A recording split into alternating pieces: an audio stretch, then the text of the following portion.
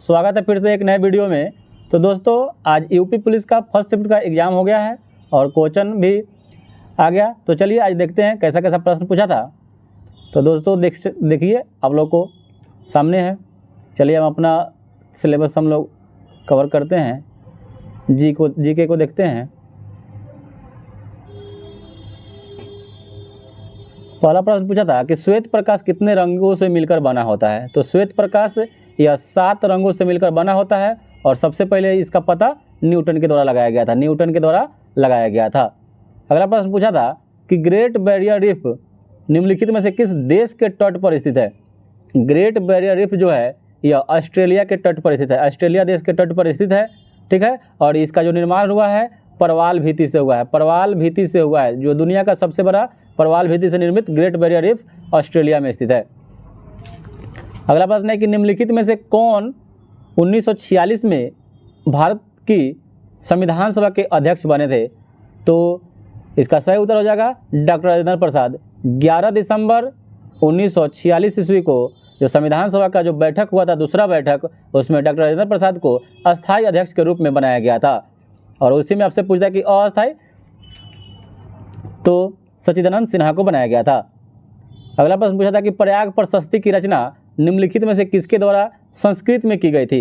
तो प्रयाग प्रशस्ति यह हरिसेन के द्वारा इसका रचना किया गया था। हरिसेन के द्वारा रचना किया गया था। और प्रयाग प्रशस्ति से समुद्रगुप्त की जानकारी मिलती है। अगर आपसे मुगल शासक में पूछे तो मुगल शासक में जहांगीर के बारे में जानकारी मिलती है। अगला प्रश्न है कि निम्नलिखित में से कौन सी भारत के पूर्वी तट पर स्थित खारे पानी की सबसे बड़ी लैगून झील है। तो भारत में सबसे बड़ी लैगून झील चिल्का झील है। चिल्का झील जो उड़ीसा राज्य में है,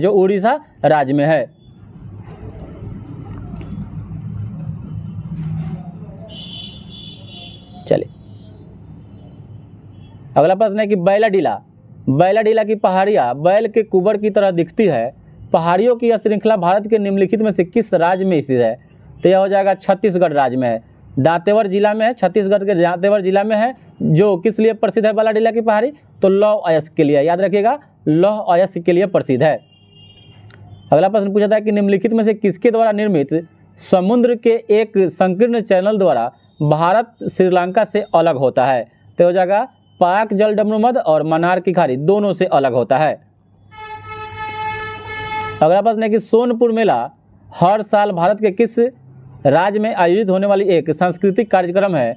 तो हो जाएगा बिहार राज्य में लगता है और दुनिया के सबसे बड़ा पशु मेला है जो सोनपुर में लगता है, बिहार में। अगला प्रश्न है कि अंगूर की खेती, उपज और कटाई को निम्नलिखित में से किस नाम से जाना जाता है।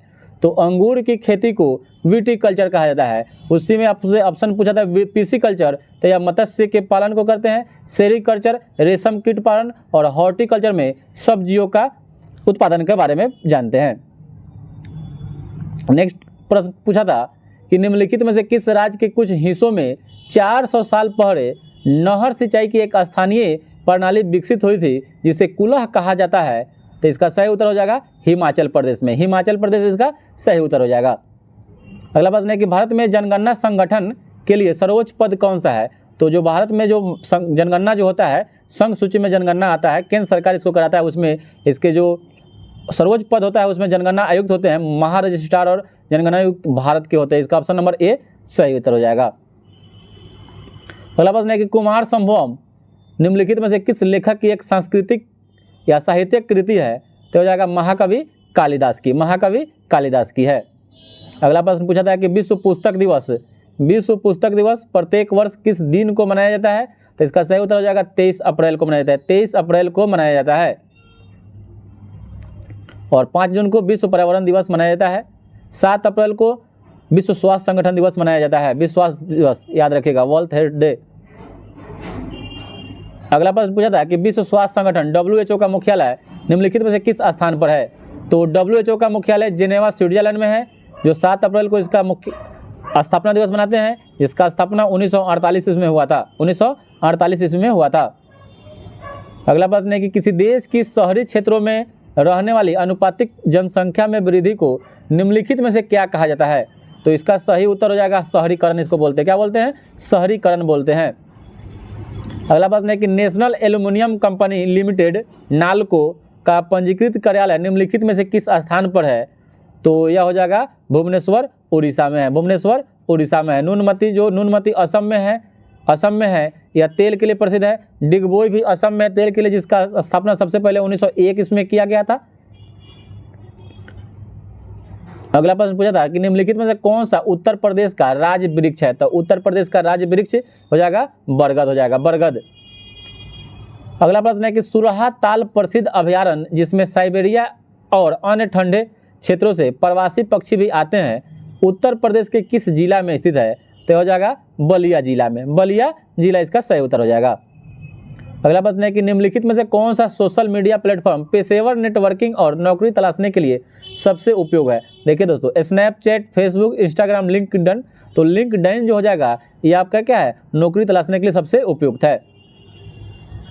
अगला प्रश्न है कि उत्तर प्रदेश में स्थित भदोही किस कला के लिए प्रसिद्ध है?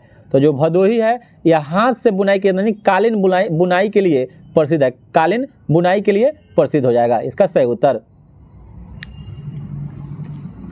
अगला प्रश्न है कि अकबर का मकबरा कहाँ है? तो हो जाएगा सिकंदरा में। कहाँ है? सिकंदरा में है। और अकबर का जन्म 1542 ईस्वी को हुआ था। चलिए अगला प्रश्न है कि निम्नलिखित में से कौन उत्तर प्रदेश का एक प्रसिद्ध लोक नृत्य धान और मक्के की खेती के दौरान किया जाता है? तो जिसका सही उत्तर हो जाएगा कजरी। अगला प्रश्न है कि बनारस हिंदू विश्वविद्यालय की स्थापना पंडित मदन मोहन मालवीय के द्वारा किसके सहयोग से किया गया था? तो इसका सही उत्तर हो जाएगा डॉक्टर एनी बेसेंट, जिसका स्थापना 1916 ईस्वी में किया गया था। एनी बेसेंट इसका सही उत्तर हो जाएगा। अगला प्रश्न है कि मथुरा निम्नलिखित में से किसकी जन्म स्थली है जिसे वज्रभूमि के नाम से भी जाना जाता है? तो हो जाएंगे भगवान श्री कृष्ण का।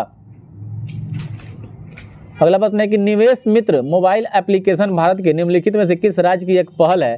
तो इसका सही उत्तर हो जाएगा उत्तर प्रदेश सरकार के द्वारा ही निवेश मित्र मोबाइल एप्लीकेशन की शुरुआत की गई है। अगला प्रश्न है कि विमुद्रीकरण को निम्नलिखित में से किस एक और नाम से जाना जाता है? तो विमुद्रीकरण का मतलब होता है कि जो पुराना मुद्रा है उसको प्रचलन से बाहर करके नई मुद्रा शुरू करना। तो इसका सही उत्तर हो जाएगा नई मुद्रा। अगला प्रश्न है कि उत्तर प्रदेश राजस्व संहिता 2006 के अनुसार एक अवधि या एक पट्टे वचनबद्ध या अनुदान के तहत धारित भूमिखंड को कृषि भूमि के नाम से जाना जाता है। अगला प्रश्न है कि यूपीएसएसएफ का फुल फॉर्म क्या होता है? तो यूपीएसएसएफ का फुल फॉर्म होता है Uttar Pradesh special security force होता है। अगला प्रश्न है कि टक्का निम्नलिखित में से किस देश की मुद्रा है? तो इसका सही उत्तर हो जाएगा बांग्लादेश। बांग्लादेश की राजधानी ढाका है और वहां का मुद्रा का नाम है टका। अगला प्रश्न है कि निम्नलिखित में से कौन सा वाक्य जीएसटी के लिए सही नहीं है? तो इसमें जो इसका सही उत्तर हो जाएगा वस्तुओं और सेवाओं पर कई प्रकार के कर लगाए जाते हैं। अगला प्रश्न है कि ईमेल में भरोसेमंद स्रोत बनकर दुर्भावनापूर्ण कारणों के लिए संवेदनशील जानकारी जैसे यूजर नेम, पासवर्ड और क्रेडिट कार्ड विवरण आदि को प्राप्त करने के प्रयास को क्या कहते हैं? तो इसको बोलते हैं फिशिंग। इसका सही उत्तर हो जाएगा फिशिंग बोलते हैं, फिशिंग। अगला प्रश्न है कि हाल ही में श्री अमित शाह ने निम्नलिखित में से किस स्थान पर national cooperative dairy federation of India NCDFI का मुख्यालय की आधारशिला रखे हैं? तो हो जाएगा गुजरात के आनंद में रखे हैं, जहां अमूल का भी मुख्यालय है। अगला प्रश्न है कि निम्नलिखित में से कौन सा पुरस्कार सहकारी और दुग्ध उत्पादक कंपनियों को आगे बढ़ने और प्रतिस्पर्धी भावना पैदा करने के लिए प्रेरित किया जाता है? तो इसका सही उत्तर हो जाएगा राष्ट्रीय गोपाल रत्न पुरस्कार। देखिए दोस्तों, इसमें से ऑप्शन भी छट जाएगा। ध्यानचंद पुरस्कार खेल के क्षेत्र में विशिष्ट योगदान के लिए दिया जाता है। जीवन भर के उपलब्धियों के लिए 2002 से इसका शुरुआत किया गया था। द्रोणाचार्य पुरस्कार कोच को दिया जाता है 1985 से। अर्जुन पुरस्कार 1961 से इसका शुरुआत हुआ था। ठीक है, तो इसका सही उत्तर हो जाएगा राष्ट्रीय गोपाल रत्न पुरस्कार। अगला प्रश्न है कि निम्नलिखित में से कौन सा बंदरगाह कच्छ गुजरात में स्थित है?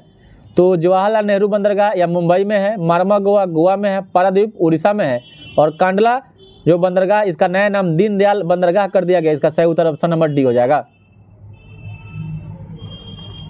अगला प्रश्न है कि हाल ही में नौसेना का fast attack craft INS Kabra निम्नलिखित में से किस स्थान पर पहुंचा है? तो यह पहुंचा है कोलंबो, श्रीलंका। इसका सही उत्तर हो जाएगा। अगला प्रश्न है कि निम्नलिखित में से कौन खुदाई खिदमतगार का संस्थापक थे। तो खुदाई खिदमतगार यह एक संस्थापक 1926 ईस्वी में इसका किया गया था। खान अब्दुल गफ्फार खान इसके संस्थापक थे और खान अब्दुल गफ्फार खान को सीमांत गांधी के नाम से भी जाना जाता है। सीमांत गांधी यानी फ्रंटियर गांधी के नाम से भी जाना जाता है। अगला प्रश्न है कि निम्नलिखित में से किसने हाल ही में कोची लक्षद्वीप द्वीप समूह सबमरीन ऑप्टिकल फाइबर कनेक्शन का उद्घाटन किए हैं। तो हो जाएगा श्री नरेंद्र मोदी के द्वारा किया गया है। अगला प्रश्न है कि केंद्रीय मंत्रिमंडल ने हाल ही में भारत और निम्नलिखित में से किस देश के बीच प्रवासन और गतिशीलता समझौते को मंजूरी दी है।